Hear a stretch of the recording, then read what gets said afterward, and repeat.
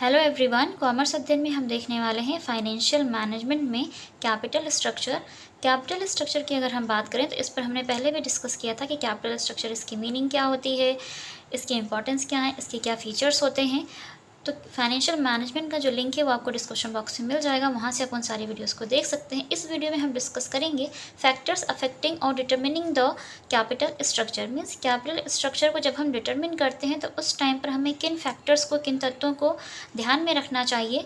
ठीक है, क्योंकि ऐसे बहुत सारे फैक्टर्स होते हैं जो कैपिटल स्ट्रक्चर को अफेक्ट करते हैं। तो इस वीडियो में हम यही देखेंगे। तो अच्छे से समझने के लिए वीडियो के साथ एंड तक बने रहिएगा। तो चलिए स्टार्ट करते हैं इस वीडियो को और देखते हैं कि क्या है कैपिटल स्ट्रक्चर के factors. Okay, the capital structure of a company must be designed very carefully. हम सभी को पता है कि कोई भी कंपनी, फर्म, ऑर्गेनाइजेशन होती है, उसकी जो कैपिटल स्ट्रक्चर होती है ना, उसको डिज़ाइन करने से पहले बहुत सारी बातों को ध्यान में रखना चाहिए। तो केयरफुली उस कंपनी की कैपिटल स्ट्रक्चर को डिज़ाइन किया जाना चाहिए कि मीन्स किस सोर्सेज से, ऐसे कौन से सोर्सेज होंगे जो कंपनी के लिए फेवरेबल होंगे और वहाँ से कैपिटल स्ट्रक्चर हम फॉर्म कर सकते हैं। ठीक है, कैपिटल स्ट्रक्चर के वो सोर्सेज बेस्ट माने जाएंगे। Okay, the capital structure decision is a continuous one and has to be taken every time whenever a firm needs additional finances. अब अगर हम बात करते हैं कैपिटल स्ट्रक्चर डिसीजन की, तो हम सभी को पता है कि कैपिटल स्ट्रक्चर एक ऐसा डिसीजन होता है, क्या होता है, एक लगातार चलने वाला प्रोसेस होता है, हमेशा ये चलता ही रहता है। ठीक है, कंटिन्यू रहता है। क्योंकि इसकी ज़रूरत क्या होती है कि कोई भी फर्म या कंपनी है, तो जब कभी भी उस कंपनी को एक्स्ट्रा या एडिशनल पैसों की ज़रूरत होती है, फाइनेंस की ज़रूरत होती है, तो वो क्या कर सकते हैं, इस कैपिटल स्ट्रक्चर को अगर वो ध्यान में रख कर के बनाएंगे तो वहाँ से उन अमाउंट या फंड्स को कलेक्ट कर सकते हैं जो उन्हें एडिशनल अमाउंट चाहिए होगा। तो हर वक्त फर्म या कंपनी को ज़रूरत पड़ती रहती है एक्स्ट्रा फंड्स की। तो ऐसे में उन्हें ध्यान रखना चाहिए कि जो भी कैपिटल स्ट्रक्चर वो फॉर्म कर रहे हैं वो कैसा होना चाहिए, बेस्ट होना चाहिए अपने आप में, और जो भी फैक्टर्स हैं उनको उन्हें ध्यान में रखना चाहिए। ठीक है, तो चलिए उन फैक्टर्स की बात करते हैं, क्या हो सकते हैं। Some of the important factors which must be kept in mind while determining the capital structure are discussed below. ठीक है, तो कैपिटल स्ट्रक्चर को डिटरमिन करते टाइम ऐसे बहुत सारे इंपॉर्टेंट फैक्टर्स हैं जिन्हें हमें ध्यान में रखना है। So first point is your size of the business या size of the firm. Size of the firm का यहाँ पे मतलब है कि जो फर्म होती है, कोई बहुत सी ऐसी फर्म होती है जो छोटी भी हो सकती हैं, बहुत बड़ी भी हो सकती हैं। ठीक है, जिनका कैपिटल स्ट्रक्चर बहुत बड़ा होता है, लॉन्ग टर्म सोर्सेस होते हैं उनके कैपिटल स्ट्रक्चर के लिए, वो लॉन्ग टर्म लोन्स ले सकते हैं, शेयर्स को इशू कर सकते हैं, डिबेंचर्स इशू कर सकते हैं। ठीक है, लेकिन कुछ फर्म ऐसी होती है जिनका जो साइज़ होता है वो बहुत छोटा होता है, तो उनके लिए बेहतर तो यही होता है कि उनके पास अपने लिए अपना कैपिटल अमाउंट होना चाहिए। ठीक है, तो इन्हें कोशिश ये करनी चाहिए कि ये लॉन्ग टर्म लोन ना ले करके अपनी कैपिटल अमाउंट को यूज़ करें। क्योंकि होता क्या है कि अगर फर्म छोटी है और अगर वो लॉन्ग टर्म लोन लेती है तो ऐसे में होता क्या है कि जो लोन दिया जाता है, कोई भी अगर बैंकिंग इंस्टीट्यूट है या फाइनेंशियल इंस्टीट्यूट है जो लोन प्रोवाइड करते हैं, वो क्या करते हैं कि लोन अमाउंट में बहुत ज़्यादा रेट जो उनका होता है, इंटरेस्ट रेट, वो हाई होता है, जिसकी वजह से इन्हें क्या हो सकता है, नुकसान हो सकता है, इन्हें लॉस हो सकता है। इसलिए कोशिश नहीं यही करनी चाहिए कि लॉन्ग टर्म लोन को ये अवॉइड करें। तो ये सारी बातें किस पर डिपेंड करेंगी, साइज़ ऑफ द फर्म पे। फर्म का साइज़ बड़ा है, इनके पास कैपिटल अमाउंट अच्छा है, इनका बिजनेस अच्छा है, तो ये लॉन्ग टर्म लोन ले सकते हैं at the rate of high interest. ठीक है, तो वहाँ पर ये चीज़ कर सकते हैं। लेकिन जो छोटी फर्म होती है इनको कोशिश यही करनी चाहिए कि इनके पास क्या हो, अपना कैपिटल अमाउंट हो और उस कैपिटल के छोटे छोटे पार्ट्स को शेयर में बना करके वो मार्केट में इशू कर सके और वहाँ से उन्हें कैपिटल अमाउंट ईजिली कलेक्ट हो सके। ठीक है, ये कर सकती है। स्टेबिलिटी ऑफ अर्निंग्स की बात करें तो अर्निंग की जो स्टेबिलिटी है वो मतलब कहते नहीं कि आपकी कमाने की जो क्षमता है वो स्थिर होनी चाहिए, एक स्टेबिलिटी होनी चाहिए कि अगर आपको ईयरली 50 लाख या 10 लाख का प्रॉफिट हो रहा है तो वो होते रहना चाहिए। ठीक है, तो एक स्टेबिलिटी होनी चाहिए, एक ठहराव होना चाहिए, बहुत ज़्यादा अप एंड डाउन नहीं होना चाहिए कि कभी 10 लाख आपने अर्न कर लिया, कभी 50 लाख अर्न हो रहा है, तो ऐसा नहीं। अगर 50 लाख अर्न है तो 50 या 40 के अराउंड चलना चाहिए। ठीक है, तो स्टेबिलिटी ऑफ योर अर्निंग्स। ठीक है, जो भी फर्म है उनके कमाई के जो ज़रिए हैं वो स्टेबल होने चाहिए। ठीक है ना। एंड डिग्री ऑफ कॉम्पिटिशन्स की बात करें तो डिग्री ऑफ कॉम्पिटिशन जानते हैं कि जो भी मार्केट, क्योंकि मार्केट है, फर्म्स है, तो ऐसा तो नहीं है कि अगर आपने कोई फर्म स्टार्ट की है तो आपकी ही फर्म मार्केट में एग्जिस्ट करेगी। हो सकता है कि आपकी जैसी और भी फर्म है जो मार्केट में आ सकती हैं या होंगी और आपके सेम प्रोडक्ट, जो भी प्रोडक्ट आपका है उसी प्रोडक्ट के साथ वो भी फर्म काम कर रही होंगी, तो कंपटीशन क्या होता है, बढ़ जाता है। तो आपको ये भी देखना चाहिए कैपिटल स्ट्रक्चर, जब कोई भी कंपनी कैपिटल स्ट्रक्चर को डिटरमिन करती है, उसका निर्धारण करती है, तो उस टाइम पर वो ये भी चेक करती है कि उनके लिए जो कंपटीशन है वो किस मात्रा में है, कितनी ज़्यादा हो सकता है, तो डिग्री ऑफ कंपटीशन क्या है, ठीक है, वो कितना ज़्यादा उस कंपटीशन को फेस कर सकते हैं। डिग्री का मतलब है कि क्या उन्हें वो 90 डिग्री होता है ना कि 45 डिग्री तक का ही सिर्फ उन्हें कंपटीशन फेस करना है, 90 डिग्री या बहुत ज़्यादा कॉम्पिटिटर्स हैं तो वहाँ पर हो सकता है इन्हें बहुत ज़्यादा कंपटीशन फेस करना पड़े। तो इन बातों को ध्यान में रख करके कैपिटल स्ट्रक्चर को फॉर्म किया जाना चाहिए, ठीक है। Stage of life cycle of the firm, अब जो आपकी फर्म है, मान लीजिए जो कोई भी फर्म है, ठीक है, तो फर्म का जो लाइफ है उसका जो लाइफ साइकिल है, लाइफ साइकिल दैट मीन्स कि वैसे तो जो फाइनेंशियल ऑपरेटिंग साइकिल होता है वो 1 ईयर का होता है, लेकिन फर्म जो है उसका लाइफ साइकिल कितना है, कितने सालों के लिए उसको उस फर्म को फॉर्म किया गया है, उस फर्म को बनाया गया है। मीन्स कुछ मोटिव होता है फर्म को क्रिएट करने का, कुछ उद्देश्य होता है, किसी काम को अगर कंप्लीट करना है तो हो सकता है 10 साल लग जाए, हो सकता है 5 साल लगे, हो सकता है 20 साल लगे, तो उतने टाइम ड्यूरेशन के लिए फर्म को बनाया जाता है। तो स्टेज चेक कर लेना चाहिए कि life of cycle of the firm क्या है, ठीक है, और उस बीच में कितने ज़्यादा कैपिटल फंड अमाउंट की ज़रूरत पड़ सकती है, और उन फंड्स को हम कैसे कलेक्ट कर सकते हैं। डिबेंचर्स को इशू करके कलेक्ट करेंगे, लॉन्ग टर्म लोन लेंगे, या अपने इक्विटी और प्रेफरेंस शेयर्स को इशू करेंगे, वहाँ से कैपिटल फंड रेस्ट करेंगे।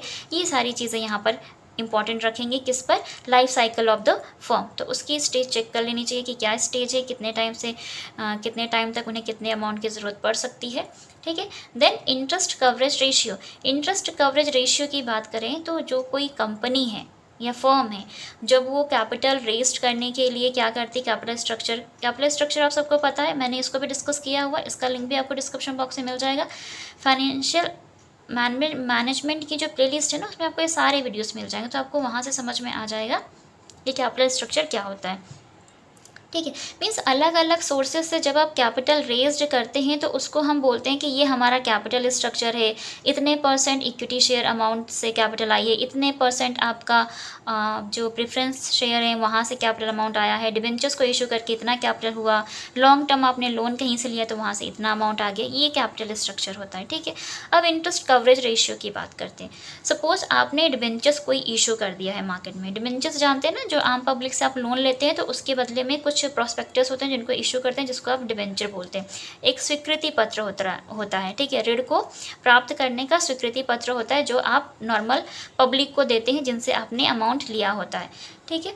तो उनको जब आप इंटरेस्ट देंगे, किसको, डिबेंचर होल्डर्स को, या जहाँ से भी आपने लोन लिया हुआ है, तो उनको इंटरेस्ट देने आप कितना कवर कर सकते हैं, क्या उनका आप इंटरेस्ट टाइम पर लौटा पाएंगे, क्या उनका जो भी उनका प्रिंसिपल अमाउंट है क्या आप उसको टाइम पर लौटा पाएंगे, मीन्स कितना कवर कर पाएगी आपकी जो फर्म है, आपकी जो कंपनी है, ठीक है, उस इंटरेस्ट अमाउंट को।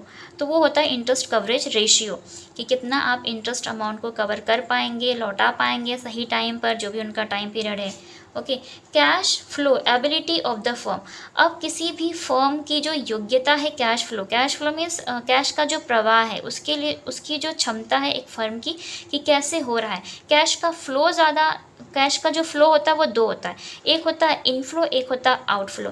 कैश इनफ्लो से मतलब होता है कि फर्म में पैसा आ रहा है, कैश आउटफ्लो का मतलब होता है कि फर्म से पैसा बाहर जा रहा है। तो एबिलिटी ऑफ द फर्म क्या होगी कैश फ्लो के केस में, कि फर्म ज़्यादा से ज़्यादा कैश का इनफ्लो कर रही है या फिर फर्म कैश का सबसे ज़्यादा आउटफ्लो कर रही है, इस पर भी डिपेंड करेगा, ठीक है। इनफ्लो का मतलब है कि उनकी अर्निंग ज़्यादा होंगी तो ही कैश आएगी, उनके बिजनेस में प्रॉफिट ज़्यादा होगा तब कैश आएगी, ठीक है। और अगर आउटफ्लो ज़्यादा है दैट मीन्स कि उनके जो लाइबिलिटीज़ हैं वो ज़्यादा है, उनको पेमेंट ज़्यादा करने पड़ रहे हैं, तो ये सारी चीज़ें, तो इसको भी ध्यान में रख करके कैपिटल स्ट्रक्चर को डिटरमिन करना चाहिए। कॉस्ट ऑफ कैपिटल की बात करें तो ये भी हमने डिस्कस किया था, कॉस्ट ऑफ कैपिटल क्या होती है। तो जब कैपिटल अमाउंट को रेस्ट करने के लिए आप कहीं भी किसी को शेयर इशू कर रहे हैं या डिबेंचर्स इशू कर रहे हैं, तो उनको आप जो रेट ऑफ डिविडेंड, कुछ % डिविडेंड या जो इंटरेस्ट प्रोवाइड करते हैं, जिन्होंने भी आपके शेयर्स या डिबेंचर्स परचेज किए हुए हैं उन्हें, तो जो रेट ऑफ इंटरेस्ट है या जो डिविडेंड रेट है वो उसको कितना ज़्यादा है या कितना कम है, वो होता है कॉस्ट ऑफ कैपिटल। ठीक है, तो कॉस्ट ऑफ कैपिटल कम होनी चाहिए। जितना ज़्यादा कम इंटरेस्ट देंगे उन्हें, उतना आपके लिए बेस्ट होगा। जितना ज़्यादा आप डिविडेंड देंगे, उतना ज़्यादा फर्म के लिए बेस्ट होगा। ठीक है, तो कॉस्ट ऑफ कैपिटल को भी ध्यान में रखना चाहिए। रेट ऑफ कॉर्पोरेट टैक्स की बात करें तो ज़्यादातर क्या होता है कि कॉर्पोरेट टैक्स में अगर जैसे कि इंटरेस्ट ऑन डिबेंचर है, तो जब आप टैक्स फाइंड आउट करते हैं तो उस टैक्स में से क्या होता है कि इंटरेस्ट ऑन डिबेंचर्स को डिडक्ट कर दिया जाता है, वो डिडक्टेबल होता है, वो माइनस हो ही जाता है, तो वहाँ पर क्या होता है आपको टैक्स कम देना पड़ता है। ठीक है, तो रेट ऑफ कॉर्पोरेट टैक्स का भी ध्यान रखना चाहिए कि कहाँ पर कितना हमें पे करना है और कहाँ से हम कैपिटल किस तरीके से रेस्ट करें कि वहाँ पर हमें छूट मिल सके। जैसे इंटरेस्ट ऑन डिबेंचर्स की छूट मिल जाती है, आप उसको घटा सकते हैं। ठीक है, तो ये सारी चीज़ें आ जाती हैं। And next point is retaining control. Retaining control की बात करें तो हम सभी को पता होता है जो इक्विटी शेयर होल्डर्स होते हैं वो कंपनी के ओनर्स माने जाते हैं। वो कंपनी की मीटिंग में पार्टिसिपेट कर सकते हैं, उनके डायरेक्टर्स को इलेक्ट करने के लिए वोट कर सकते हैं। ठीक है, तो ज़्यादातर क्या होता है जो रिटेनिंग कंट्रोल हो वो फर्म के पास हो, तो उन्हें कोशिश ये करनी चाहिए कि वो ज़्यादा से ज़्यादा इक्विटी शेयर इशू ना करके प्रेफरेंस शेयर्स इशू करें या फिर डिबेंचर्स इशू करें। क्योंकि अगर वो ज़्यादा कंपनी इक्विटी शेयर इशू करेगी तो उनके पास ज़्यादा शेयर्स होंगे, फिर वो ज़्यादा इंटरफेयर करेंगे हर चीज़ में। बोर्ड ऑफ डायरेक्टर का सिलेक्शन करना है तो वहाँ पर भी इंटरफेयर करेंगे, अपनी वोटिंग करेंगे इलेक्ट करने के लिए, उनको चुनने के लिए। ठीक है, तो ये सारी चीज़ों इन बातों का ध्यान में रखना चाहिए। तो रिटेनिंग कंट्रोल को ध्यान में रख करके कैपिटल स्ट्रक्चर को क्या करना चाहिए, डिटरमिन करना चाहिए। चलिए, and 10th point is flexibility. Flexibility हम सभी को पता होता है अप्स एंड डाउन लगा रहता है हर जगह, तो इन चीज़ों को ध्यान में रखना चाहिए कि फ्लेक्सिबल होना चाहिए कैपिटल स्ट्रक्चर की, जब भी उनको ज़रूरत पड़े उसके अकॉर्डिंग वो उसको इंक्रीज़ और डिक्रीज़ कर सके। कौन? फर्म। ठीक है, कैपिटल स्ट्रक्चर ऐसा होना चाहिए कि फर्म अपने अकॉर्डिंग उसको डिक्रीज़ और इंक्रीज़ कर सके। वो कहाँ से कितनी ज़्यादा किस मात्रा में कैपिटल रेज करना चाहती है वो खुद डिसाइड कर सके कि उन्हें शेयर इशू करके करना है, लॉन्ग टर्म लोन लेने हैं, डिवेंचर्स इशू करने हैं, वो सारी चीज़ें। ठीक है, कैपिटल मार्केट कंडीशंस की बात करें तो कैपिटल मार्केट कंडीशंस हम सभी को पता होता है जो स्टॉक मार्केट है या कैपिटल मार्केट है वो क्या होता है, बहुत ज़्यादा रिस्की होता है।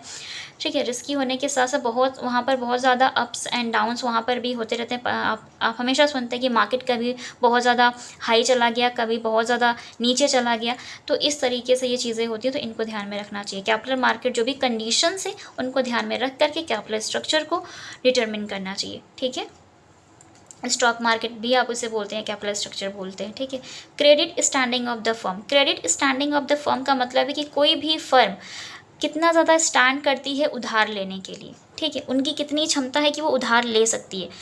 क्योंकि हम सभी को पता है कि कहीं भी हम जाते हैं तो अगर हमें उधार की ज़रूरत पड़ती है तो कोई भी पर्सन या इंस्टीट्यूट आपको उधार तभी प्रोवाइड करता है जब आपकी स्टैंडिंग अच्छी होती है, आपकी पोजीशन अच्छी होती है, आपकी अर्निंग सोर्सेस अच्छे होते हैं, तो आपको बेहिसाब उधार भी दे देता है हर कोई। ठीक है, आपको टेंशन नहीं होती है वहाँ पर। लेकिन अगर आपकी कंडीशन अच्छी नहीं है या कोई फर्म है जो बहुत ही छोटी साइज़ की है, तो उनको ध्यान रखना चाहिए उधार लेते टाइम। तो कोशिश उन्हें ये करनी चाहिए कि वो उधार ना लेके जो भी कैपिटल अमाउंट है उसके शेयर, अपने शेयर्स को इशू करें और वहाँ से पैसे रेज करें।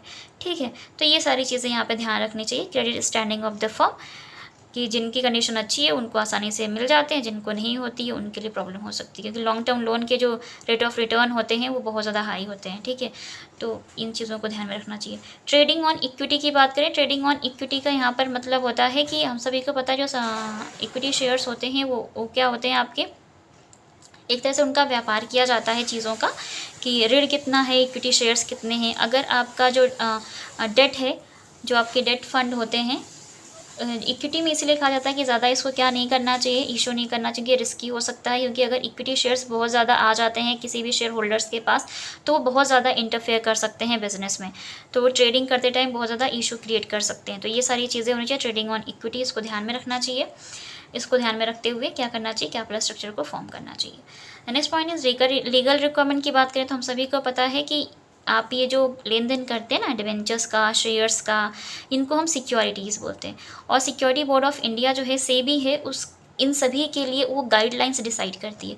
तो उन गाइडलाइंस को यूज़ करना, उनको फॉलो करना इंपॉर्टेंट होता है। मीन्स उसके अकॉर्डिंग जो लीगल रिक्वायरमेंट्स होती हैं वो फर्म को फुलफ़िल करना चाहिए, और उन लीगल रिक्वायरमेंट्स के अकॉर्डिंग ही कैपिटल स्ट्रक्चर को ध्यान में रख करके उसको डिटरमिन करना चाहिए। फ्लोटेशन कॉस्ट की बात करें तो फ्लोटेशन कॉस्ट आपको पता है ना, जैसे ब्रोकरेज एक्सपेंसेस आपको देने होते हैं, कमीशन देना पड़ सकता है। में से बहुत सारे लोग होते हैं जो शेयर्स को इशू कराने में, उनको सेल्स कराने में हेल्प करते हैं। तो फ्लोटेशन कॉस्ट को ध्यान में रखना चाहिए कि कितनी ज़्यादा आ सकती है, ब्रोकर्स को कितना पेमेंट करना पड़ सकता है। इशू ऑफ एक्सपेंसेस होते हैं, issue of shares, expenses of issue of shares होते हैं, उनको ध्यान में रखना चाहिए। नेचर ऑफ इन्वेस्टर्स की बात करें तो इन्वेस्टर्स जो होते हैं वो अलग टाइप के नेचर के हो सकते हैं। कुछ इन्वेस्टर्स ऐसे होते हैं जो हाई रिस्क और हाई रिटर्न को प्रेफर करते हैं। कुछ इन्वेस्टर्स जो होते हैं वो डरपोक टाइप के होते हैं। मीन्स डरपोक कहने का मतलब है यहाँ पर कि उन्हें रिस्क उतना ज़्यादा नहीं चाहिए होता है, लेकिन रिटर्न उन्हें हाई चाहिए होता है। ठीक है, तो उनका नेचर ध्यान में रखना चाहिए कि वो हाई रिस्क और हाई रिटर्न वाले हैं, या फिर उन्हें नॉर्मल रिटर्न चाहिए नॉर्मल रिस्क के साथ, या फिर हाई रिटर्न चाहिए नॉर्मल रिस्क के साथ। इन बातों को भी ध्यान में रख करके इसको डिटरमिन करना चाहिए। Okay, consultation with investment bankers and lenders. Investment bankers का मतलब एंड लेंडर्स का मतलब ये है कि ऐसे लेंडर्स या बैंकर्स जो कि पैसे इन्वेस्ट करते तो हैं, आपकी फर्म में पैसे इन्वेस्ट कर रहे हैं, तो उनसे एक बार कंसल्ट कर लेना चाहिए। और ये सिर्फ आपकी फर्म में ही पैसे इन्वेस्ट नहीं करते हैं, हर अलग अलग फील्ड में ही पैसे को अपने इन्वेस्ट करते हैं, चाहे वो बैंकर्स हों या लेंडर्स। लेंडर्स मीन्स वो लोग जो लोन देते हैं लोगों को, फर्म्स को, कंपनीज़ को। ठीक है, बैंक तो देती ही है सभी को। तो ऐसे में उनके साथ एक बार कंसल्ट कर लें, बातचीत कर लें कि क्या आपके लिए बेस्ट रहेगा। तो ये आपको एक अच्छा कैपिटल स्ट्रक्चर डिटरमिन करने में बहुत ज़्यादा मदद पहुंचा सकते हैं। तो मुझे यकीन है आपको factors affecting of capital structure समझ में आ गया होगा, किन पॉइंट्स को आपको ध्यान में रख करके इनको डिसाइड करना चाहिए, इनको डिटरमिन करना चाहिए। और अगर मैं आपको अच्छे से समझा पाऊँ तो कमेंट सेक्शन में कमेंट करके ज़रूर बताएं। वीडियो अच्छा लगा तो लाइक करें, चैनल पर नए विजिटर हों तो चैनल को सब्सक्राइब कर लें, बेल आइकन को प्रेस कर लें ताकि आपको आने वाली वीडियोस की नोटिफिकेशंस टाइम पर मिलती रहे। ज़्यादा इन्फॉर्मेशन के लिए आप मुझे इंस्टाग्राम पेज पर मैसेज कर सकते हैं, फॉलो कर सकते हैं, और कमेंट सेक्शन में कमेंट करके बता सकते हैं कि मैं किन टॉपिक्स पर आपके लिए वीडियोस लेकर के आऊँ। जो भी आपके डाउट्स होते हैं, क्वेश्चंस होते हैं, मैं कोशिश करती हूँ ज़्यादा से ज़्यादा रिप्लाई करूँ और उनसे रिलेटेड वीडियोस लेकर के आऊँ और आपको हेल्प हो पाए। आज की वीडियो में इतना ही, मिलता है नेक्स्ट वीडियो में। तब तक के लिए take care and thank you so much for watching this video.